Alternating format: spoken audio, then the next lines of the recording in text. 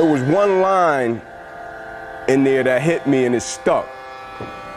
And the one line was like the dude that came to see him on the horse. Like, I don't know if y'all remember the movie, but he was riding with him. Like, he was riding with him at every single battle. Like, it was a point in every single battle when it got tough, and Leonidas with his 300, when it got a little tough, he would call on the Arcadians, and they'll come from between the rocks, they'll come out with their crew, and they'll wipe out whoever they was going against, and they'll handle it, right? And so at a certain point, my man saw up on the hill, he saw a little humpback dude, and he saw some more soldiers, more than they had ever saw.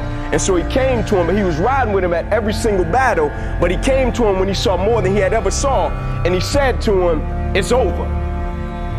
And he said, "We must surrender." And I don't know if you saw the movie, but every time somebody said something to him, like they wanted to make him king.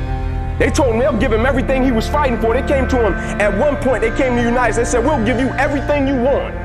Like, you fighting for your land, you can have your land. You want water, like you can have your water. Everything you fighting for, we'll give it to you and we'll make you king. You'll reign supreme over everything and everybody got to report to you." They told him that, but they said one word, and when they said the one word, every time they said the one word, he'll walk off and he'll shake his head. And the one word that they said was submit. Every time they mentioned submission, it was like he just went into another mode and he wasn't trying to hear. And so when my man came to him on the horse, he said, "We got to submit." When he said we got to submit, you saw his eyes got big and he transformed into something else. He went to him, the thing that stuck to me, Duke, he told him, "Every man must search his own soul." And he said, "While you at it, like you've been battling with me, you've been going with me, but when the adversity and the opposition and the challenge got tougher, you said, you got to go. Like, we dead, so while you at it, you search your own soul and you run off and you tell everybody, we gonna stand and we gonna live and we gonna die by what we stand for, and everybody gonna know what we represent and what we're a part of." Because we said, at a certain point, we said we was gonna live and we gonna die by it. And the thing I love about sports and the thing I love about life, whatever you want, you gotta be willing to accept whatever come with it.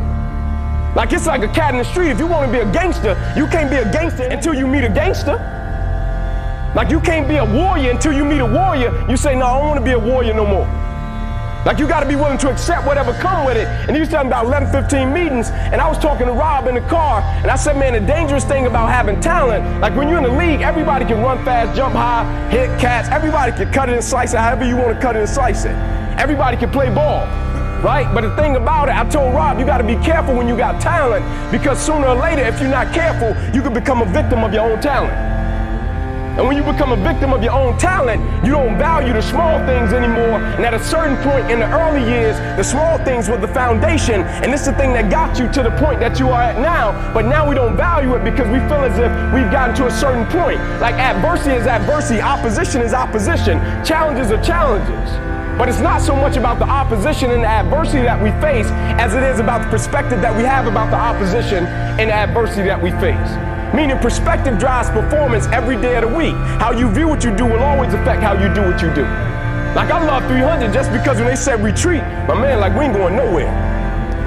You came to me, you disrespected my wife, you disrespected, like, he could have quit, he could have stopped fighting for it. But the purpose for what he was fighting for was greater than any individual, and so he went to war, the purpose.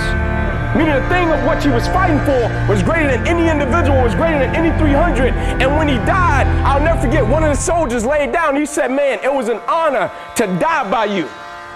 It was an honor to die by you." And he told him it was an honor to live by you.